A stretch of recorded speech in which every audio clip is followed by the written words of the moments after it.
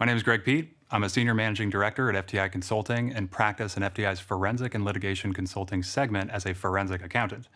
I specialize in conducting investigations and providing dispute advisory services on matters that involve complex accounting, financial reporting, and auditing issues.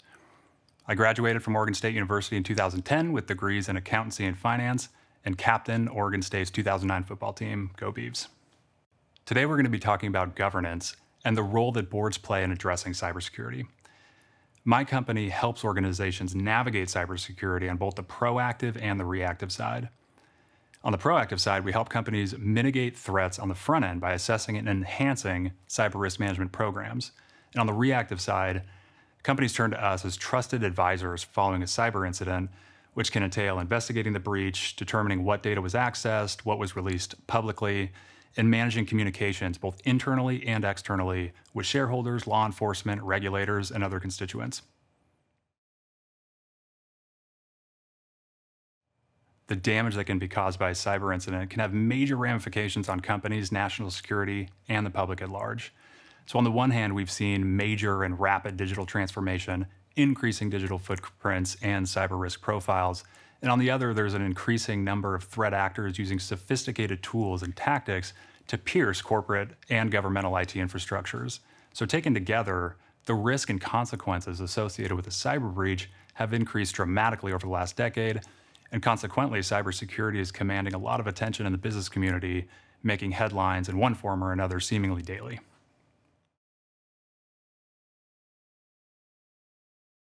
It's fair to say that up until relatively recently, cybersecurity was considered part of general IT risk, and its oversight was largely delegated and somewhat isolated to a company's Chief Information Security Officer, or CISO, or engineering and security teams. But now, because of the ever-growing impacts that cyber breaches can have on companies, cybersecurity has taken a front seat in many companies' risk management programs and become an enterprise-wide priority. Boards are responsible for overseeing management strategy and their approach to enterprise-wide risks, and consequently, cybersecurity now falls squarely within the crosshairs of board focus. Boards need to ensure that management has established sufficient measures to prevent or mitigate the risk of a successful cyber attack and has an incident response plan in place if or when a cyber attack occurs.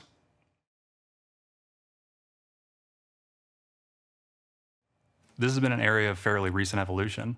In March of 2022, the SEC released new proposed cybersecurity rules for public companies, including that the board have at least one cybersecurity expert as a board member. The final adopted SEC rules, which were adopted in July of 2023, ultimately backed off the requirement for the board expert, but still requires that registrants describe the board of directors' oversight of risks from cybersecurity threats and management's role and expertise in assessing and managing material risks of cyber threats. So, in general, board members don't necessarily need to be cybersecurity experts with a deep understanding of coding and the like, but they do need to understand the risks associated with cyber threats and ensure that those risks are sufficiently mitigated by management via established processes, policies, procedures, and controls as part of their governance duties.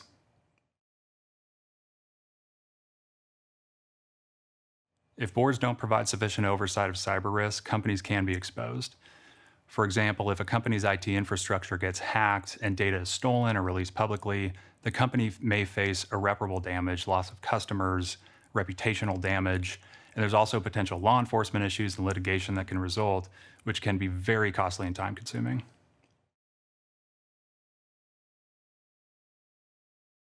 Companies that are the subject of a cyber breach or a data leak may and have found themselves in court, whether it be against law enforcement, shareholders, customers, claiming that the company and or the board didn't exercise their duties in identifying, assessing, and managing material risk from cyber threats. And this is often the case when there's a breach and leak of consumer data, particularly in regulated industries like healthcare, where the data access is particularly sensitive.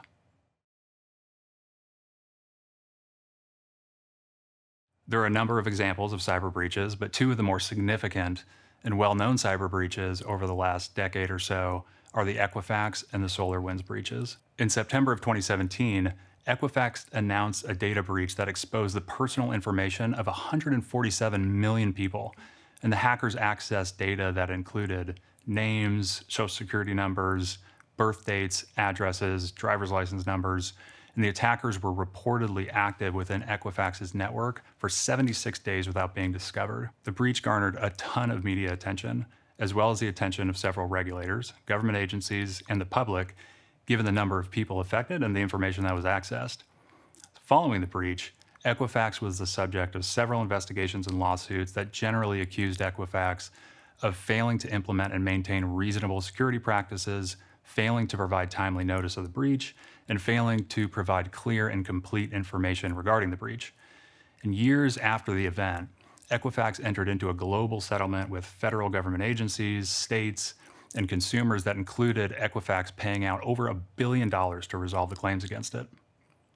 A more recent example of a widely known and significant cyber breach involved American software company SolarWinds that develops software for businesses and governments to help manage their networks, systems, and IT infrastructure. SolarWinds was targeted by hackers who used malicious code to access SolarWinds' Orion IT monitoring and management software used by hundreds of thousands of public and private organizations worldwide. Notable victims included the US government, agencies like Homeland Security, and companies like Microsoft, Intel, and Deloitte. SolarWinds was investigated by the SEC, was the subject of an SEC enforcement action, and a class action lawsuit. SolarWinds ultimately settled the class action in October of 2022, paying out $26 million to shareholders who maintained that SolarWinds neglected internal security preceding the breach and misled the public about its digital security. To mitigate the risk of a breach and the lawsuits and damage that can follow, it's critically important that a company's management, with board oversight, identify the key risks, implement processes and controls, and have a robust response plan if and when a breach occurs. My firm's often engaged by boards and management as third-party cybersecurity experts to conduct a comprehensive review of the policies and procedures of a company around cybersecurity, which is sometimes referred to as an IT audit. Outside experts can opine on the policies, procedures, and response plans that companies have in place, which can help streamline law enforcement or regulatory investigations and defend against lawsuits if or when a breach occurs, and help companies improve their risk management framework to mitigate the risk of a successful attack or a future attack. Proactively engaging third-party cybersecurity experts to conduct an IT audit and monitor the company's cyber risk management program can also go a long way to demonstrate to law enforcement, regulators, and other constituencies that the board and management take cybersecurity seriously and are investing real dollars to ensure that cyber risks are sufficiently mitigated.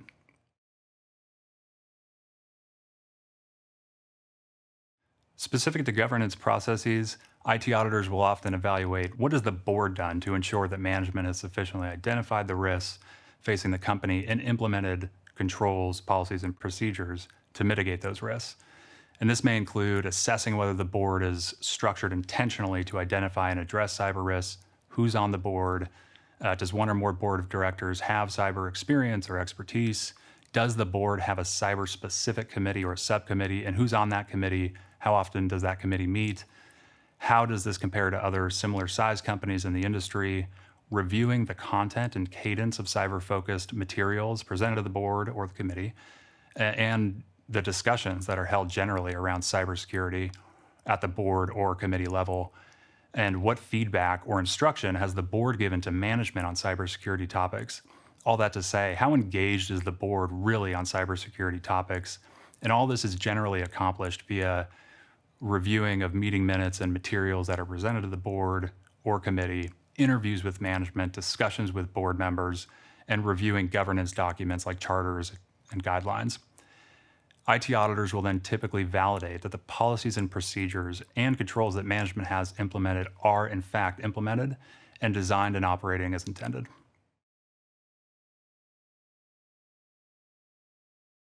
There's of course a wide spectrum here, and we see companies on either end and in between, but the disastrously bad companies are typically those that are unprepared for other crisis situations, including the newer startup type companies that simply delay developing cyber risk management programs.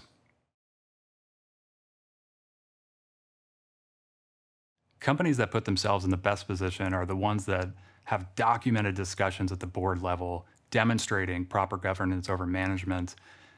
thorough risk assessments performed by management, third-party experts, or risk assessments performed on behalf of the board, where the board actually engages an expert to assist with its oversight role, establish documented processes, policies, procedures, and controls, and demonstrating that the company's actually invested real time, real money in understanding their cyber risk profile, periodically test their cyber risk, and continuously monitor their cyber risk.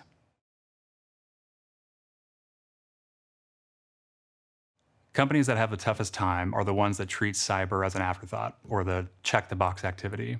The ones who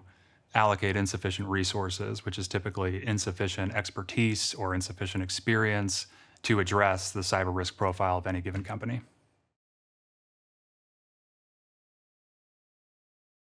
It's a fascinating area, one that's continuously evolving, and one that is becoming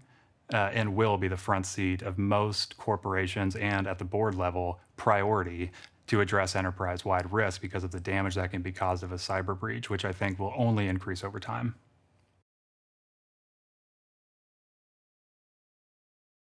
Thank you for your time, and go Beavs.